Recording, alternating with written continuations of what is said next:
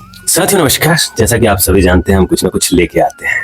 आज लेके आए आप सभी के लिए बची हुई कहानी ऐसा था कि सती जी बगैर निमंत्रण के अपने पिताजी के यहाँ जलसे में पहुंच गई। शिव जी तो जानते ही थे कि ये वहां जाके अपमानित महसूस करेंगी और अपने आप को आग के हवाले कर देंगी। तो ये किस्सा सभी जानते हैं, सभी सनातन हिंदू धर्म के लोग जानते ही हैं, कोई छुपी वाली बात नहीं है। लेकिन यहां हुआ क्या, ये मुख्य बात है। माता सती ने अवहेलना की। शिव जी ने कहा कि आप मत जाइए, अगर आपको निमंत्रण नहीं मिला है तो ना जाएं, लेकिन अवहेलना, ना मानना, अपने पति की बात को नकार देना, यहाँ पे माता सती ने त्रुटि किया। उसका फल तो उन्हें भुगतना पड़ेगा। तो इस तरह से उन्होंने अपनी जान की तिलांजलि दे दी। अब फिर से शिव मौन हो गए, लीन हो गए साधना में। फिर वही कैलाश, फिर वही हिमालय, फिर वही वैराग्य, जहां न काल पहुंच पाए न कोई। फिर वहां पहुंच जाएंगी देवी पार्वती। तो इस तरह से फिर से वही कहानी कि प्रेम कैसा होता है और मैं प्रेम से परे हूं। इस तरह से फिर अपना परिचय देंगे हमारे भोले बाबा। लेकिन इस बार भगवान शिव वह गलती नहीं करेंगे जो पिछली बार किए थे। पिछली बार उन्होंने आधा हिस्सा बनाया ही नहीं था सती जी को, तो अब अर्धनारीश्वर का किरदार निभाएंगे। इसमें स्त्री को अपना आधा हिस्सा बना के दिखाएंगे। तो विवाह का अर्थ यही है कि स्त्री और पुरुष आपस में इस तरह से मिल जाए कि दोनों एक दूसरे के आधे आधे हिस्से बन जाए, अंग बन जाए। तो अर्धनारीश्वर का उद्घोष हुआ वहां पे। तो हर विवाह के पीछे यही कहानी है कि आप जुड़े विवाह से और पति को पत्नी समझे और पत्नी पति को बारीकी से समझे। सवाल ये नहीं है कि पत्नियां सुधारने के लिए उत्सुक होती हैं, सवाल यह है कि सुधारने लायक बात ही क्यों बाकी है पुरुष में। और दूसरी बात देखो, चाहे वह लव मैरिज हो या अरेंज मैरिज, विवाह तो हो रहा है, लेकिन विवाह कैसे होगा? परमात्मा जोड़े या माता पिता जोड़े या आप स्वयं जोड़े।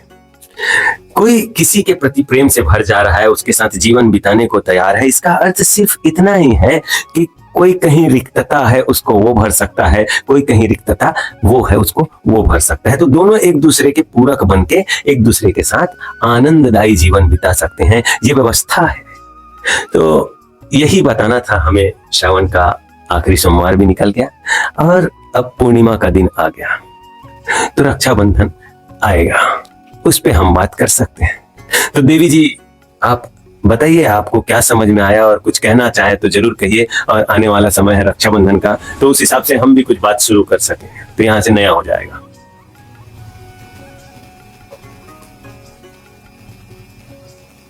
उधर देखिए, है ना? हाँ, आप बोले ना नया। नहीं, नया का मतलब ऐसे ही है, नहीं जोड़ पाए ना, मिलाना रहता है बस। उसी को कलाकार कहते हैं। नमस्कार। फिर से कहूँगा, देखो।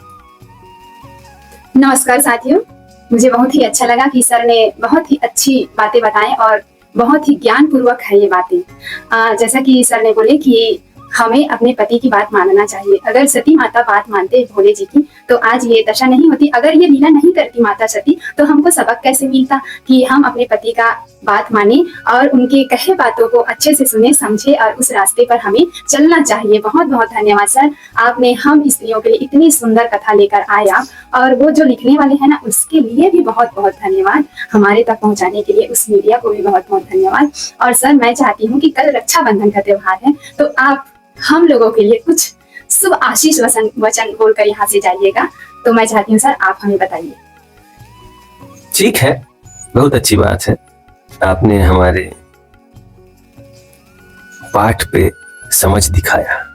पाठ का अर्थ यही है कि जो हम पिछले वीडियो में बात कह रहे थे उस बात को आगे बढ़ाते हुए आपने धन्यवाद दिया, लिखने वाले को भी धन्यवाद दिया। अब आप पूछते हैं कि रक्षाबंधन, रक्षा सूत्र कलाई पे बांधती हैं बहनें, लेकिन आज कलयुग का दौर चल रहा है। हर कलयुग में क्या ही कहें, हम कहते हैं तो लोगों को बुरा भी तो लगता है। ऐसे रक्षाबंधन के शुभ अवसर पे कड़वी बातें नहीं कहनी चाहिए, ऐसा कहते हैं। लेकिन क्या कहें हमारे सनातन धर्म के रीति रिवाजों के बारे में। वो इसीलिए बनाया गया है कि उन सारे रीति रिवाजों को ठीक ठीक समझ के उस पर ठीक ठीक चल के जीवन व्यतीत करें तो आपको अपना सार्थक उद्देश्य मिल जाएगा। आप इस धरती पे किस लिए जन्म लिए हो ये आपको पता चल जाएगा। वो कैसे? तो जैसे रक्षाबंधन आ रहा है तो सभी जानते हैं कि भाई बहन का प्यार है, प्यार तो है, लेकिन साथ में और क्या क्या बातें हैं इसको भी समझें। अगर मैं अपनी बहन से प्यार करता हूं तो मैं उनकी मुक्ति के लिए काम करूंगा। मुक्ति का अर्थ उलझनों से, पीड़ाओं से, दर्द से। और आज हर दर्द पीड़ा का एक ही इलाज है, धन, रुपया, पैसा। तो हम अगर अपनी बहनों को धन, रुपया, पैसा इत्यादि भरपूर दे दें तो वो आएंगी रक्षा सूत्र का बंधन लेके और हमें बांधेंगी। अच्छा है। वैसे हम कुछ नहीं देते, लेकिन बात को बता रहे हैं। आज के डेट में हर एक प्रथा बाजारीकरण से गुजर रहा है। बाजार हावी हो चुका है। बाजार अपने हिसाब से चीजों को बना के परोसना चाह रहा है और परोस रहा है। लोग समझ नहीं पा रहे हैं। बाजार की अपनी चालबाजी होती है कि आप अपने आप को पहचानने के लिए रुक ही ना सके। जी हाँ, जरा आप ठहरेंगे, रुकेंगे हम जैसे लोगों के पास कि क्या कह रहे हैं हम, जरा सुने, समझें, प्रयोग करके देखें तो आपको पता चलेगा कि हम आपकी मुक्ति के लिए बात कह रहे हैं, उलझनों से मुक्ति। जी हाँ, जिंदगी संघर्ष है ऐसा कहते हैं, लेकिन हम कहते हैं कि जिंदगी जीने के दो ही तरीके हैं, या तो आप संघर्ष चुन लो या फिर समर्पण। आदमी संघर्ष तो चुन लेता है लेकिन जान नहीं पाता कि समर्पण भी कुछ हो सकता है क्या। संघर्ष करते करते जान सकता है वो कि समर्पण किसे कहते हैं। आखिर मैं कितना भी चाहूं कि मेरे हिसाब से चीज हो, मैं कितना भी संघर्ष कर लूं, लेकिन वो होगा परमात्मा के हिसाब से। तो परमात्मा के नाम से तो हम समर्पित हो सकते हैं। तो परमात्मा होता क्या चीज है जो इस ब्रह्मांड को चला रहा है। इस ब्रह्मांड को चलाए रखने के लिए जितनी हवा का दबाव होना चाहिए उतना दे ही रहा है कोई। जितना जो जो पंच महाभूत लगता है इस प्रकृति को चलाने के लिए वो कोई दे ही रहा है, तो उसे परमात्मा मानते हैं ना। बीते दिनों श्रावण का महीना गया तो उसमें शिव जी को ही मान लेते हैं, ये सोच के हम आगे बढ़ते हैं। तो रक्षाबंधन का बात आता है तो कोई बहन कभी हम जैसे भाई के साथ 10 मिनट का वक्त बिता सकती है जो इस तरह से सत्य पे बात कर सके। कहने का अर्थ परमात्मा को तो जानना ही है आपको, सत्य को तो जानना ही है आपको, अपने आप को तो जानना ही है आपको कि आप कौन है, किस लिए आए हैं, क्या उद्देश्य लेके आए हैं कि बस खाए पिए कमाए सोए, खाए पिए कमाए सोए। हम कह रहे हैं खाओ भी, कमाओ भी, पियो भी, सो भी और जागो भी। एक चैप्टर छूट जाता है, जागो भी।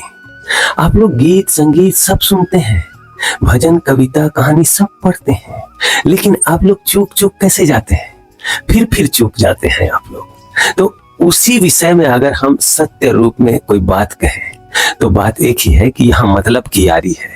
हर एक रीति रिवाज मतलब परस्त हो चुका है। सिर्फ और सिर्फ अपना काम निकालना है, अपने आप को फायदे में रखना है। रिश्ते नाते सब तार तार है, जार जार है। क्या कहोगे, फिर भी निभाना पड़ता है सम्मान पूर्वक, व्यवहारिक होके। क्यों? क्योंकि आप सत्य बोल के लोगों को निराश नाराज नहीं कर सकते। अपनी खुद की बहनें नाराज हो जाए अगर सत्य ज्यादा उजागर कर दोगे तो। असल में न बाप बड़ा ना भैया, होल थिंग इज दैट भैया, सबसे बड़ा रुपया। तो रुपया